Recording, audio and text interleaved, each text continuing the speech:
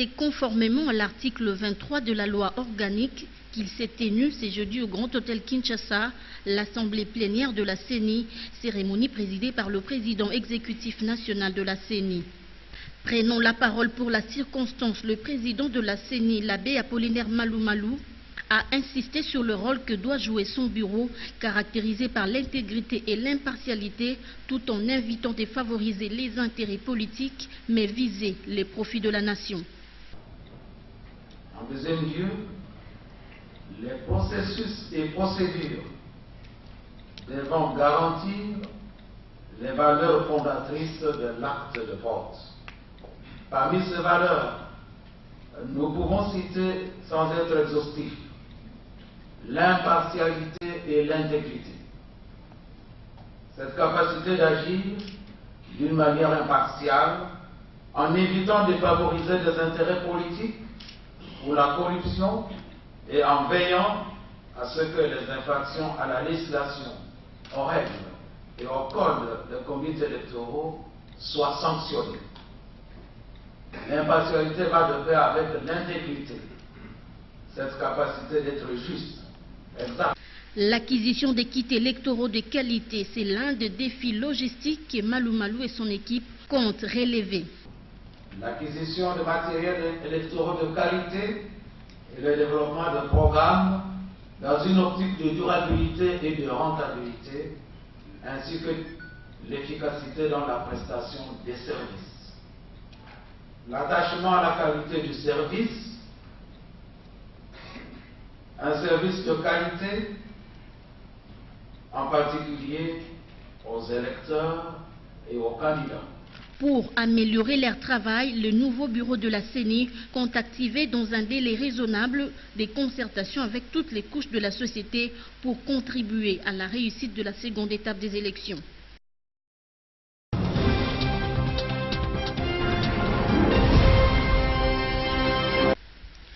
L'ancien président du bureau de la CENI, le pasteur Daniel Ngoï Mulunda Nianga, vient de céder son fauteuil au nouveau président de la CENI, l'abbé Apollinaire Malou Malou. Celui-ci vient de prendre ainsi les bâtons de commandement pour parachever les cycles électoraux en cours, débutés le 28 novembre 2011 par des élections couplées présidentielles et législatives nationales organisées sous la présidence de Daniel Ngoï Mulunda Nianga.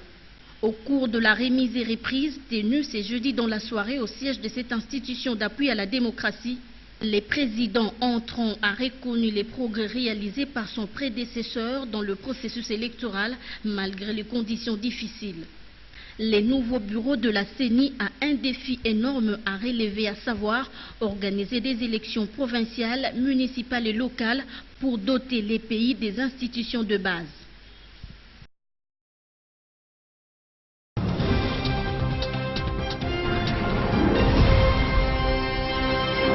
Célébration ce vendredi 28 juin 2013 de la Journée mondiale des télécommunications et de la société de l'information sous le thème « L'éthique au service de l'amélioration de la sécurité routière ».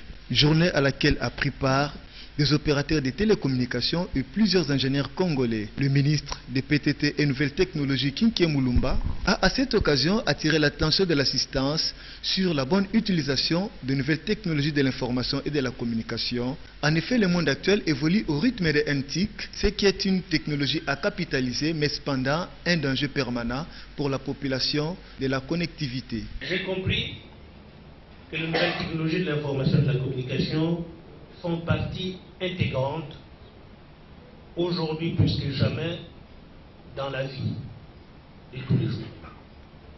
J'ai compris aussi que ces nouvelles technologies de l'information et de la communication sont tellement importantes, mais qu'elles constituent un danger pour nous-mêmes, pour les autres. Alors, tout cela sans doute a inspiré l'Union internationale des télécommunications pour nous dire attention. Les nouvelles technologies de l'information et de la communication sont une excellente chose, mais elles sont un autre pendant. Il faut faire attention. Différents exposés ont émaillé la journée, notamment celui de l'ADG du Renatelsat qui a porté sur l'apport du satellite dans la sécurité routière. À cet effet, l'assistance a été appelée à beaucoup de précautions au volant pour éviter toute distraction censée causer des accidents. Cette journée était également l'occasion pour les opérateurs des télécoms à faire connaître au public leurs réalisations, chacun dans son domaine.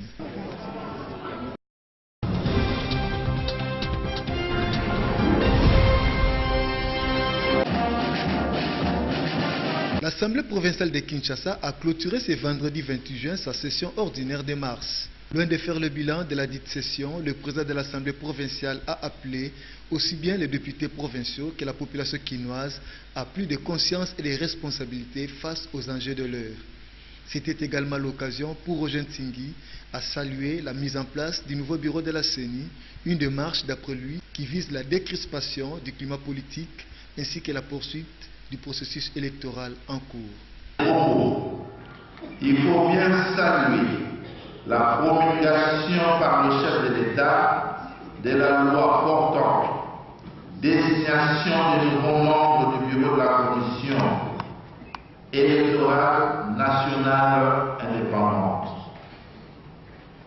Cette démarche constitue sans aucun doute un des éléments de décrispation du climat politique et permet à notre pays de pouvoir organiser dans la sérénité les élections provinciales, municipales et locales. Serein, les députés provinciaux apprécient à leur juste valeur les travaux réalisés au cours de la session qui s'achève. C'est bien clôturé et le travail continue. Comme je te dis aux Quinoises et Quinois d'être toujours à nos côtés et nous ne serons jamais déçus et le travail sera très bien fait et la ville de Kinshasa.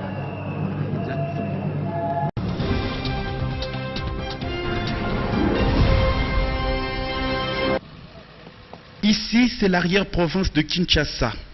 Un site bien aménagé devra servir à plus de 5000 familles pour 3080 logements sociaux qui poussent déjà de terre. C'est pour répondre à l'appel du gouvernement sur l'opération Un toit à chacun. Ce site de Kimbantseke, baptisé site de la paix, comprendra d'ici le 10 juillet 8 maisons témoins qui seront construites à différents types. Ces travaux interviennent au lendemain de la pose de la première pierre érigée par le ministre des Affaires sociales.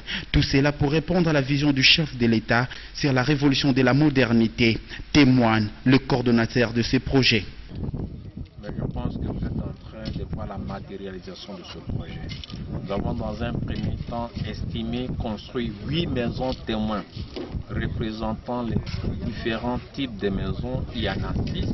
Mais les maisons A1 et A2 sont des maisons jumelées. Pourquoi on arrive à 8 maisons? Il fallait construire ces maisons témoins, les équiper pour que les gens se rendent compte de ce que nous avons fait et faire aussi un choix optionnel préférentiel par rapport aux équipements. Parce que ces maisons que vous voyez dans les sites seront équipées, c'est des maisons clés à main. Avec les travaux qui vont bon train, nous osons croire que d'ici un an, ce projet pourra atteindre son point d'achèvement à la grande satisfaction de la communauté des bases.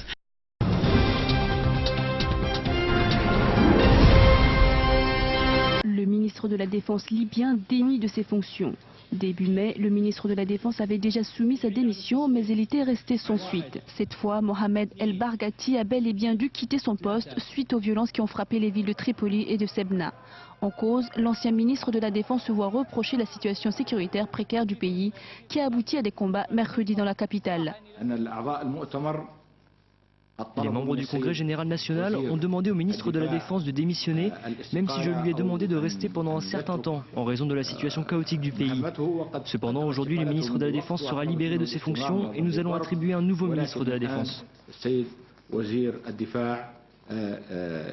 changement de poste crucial intervient alors que toute la Libye est en proie à de nombreuses violences et la population dénonce l'échec du gouvernement à établir son autorité pour une situation apaisée dans le pays. Je voudrais dire au gouvernement de prêter attention à ce qui se passe. Et nous ne voulons pas que la situation se détériore. Nous voulons vivre en paix et rien d'autre. Laissez-nous travailler et élever nos enfants dans un pays sans armes. Un nouveau chef d'état-major proposé par le Congrès général national doit être nommé dans les prochains jours.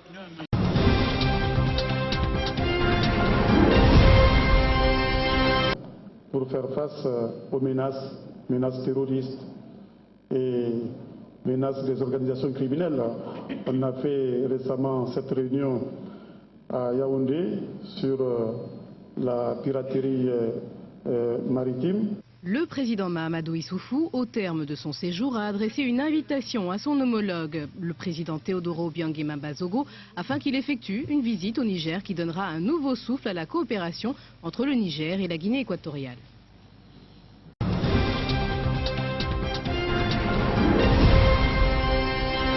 Message de vœux au chef de l'État à l'occasion du 53e anniversaire de l'indépendance de la République démocratique du Congo. À son Excellence, Monsieur le Président de la République. En ce jour où la République démocratique du Congo commémore le 53e anniversaire de son accession à la souveraineté nationale et internationale, les conseils d'administration, la direction générale et l'ensemble du personnel de l'Office congolais des contrôles OCC saisissent cette occasion pour présenter leurs vœux de paix, de stabilité et de bonheur à son Excellence, Monsieur le Président de la République, chef de l'État, aux honorables présidents de l'Assemblée nationale et du Sénat, à son Excellence, Monsieur le Premier ministre, chef du gouvernement, aux honorables députés et sénateurs, aux membres du gouvernement et au vaillant peuple congolais. Cette mémorable et historique date constitue une opportunité offerte à notre peuple pour davantage sceller la réconciliation nationale et consolider la paix chèrement acquise sous la houlette de votre haute autorité, surtout en cette année où notre population continue à subir les affres de la guerre lui imposées injustement. L'Office congolais des contrôles, en tant que garant de la santé de la population, est plus que jamais déterminé à vous accompagner dans cette œuvre grandiose qu'est la révolution de la modernité. Puisse l'Éternel vous inonder de ses bénédictions et de ses grâces sans limite. Très haute considération. Pour l'OCC, le directeur général AI, Albert Kassongo Mukonzo, le président AI du conseil d'administration, Jean-Pierre Mbala Kassanda.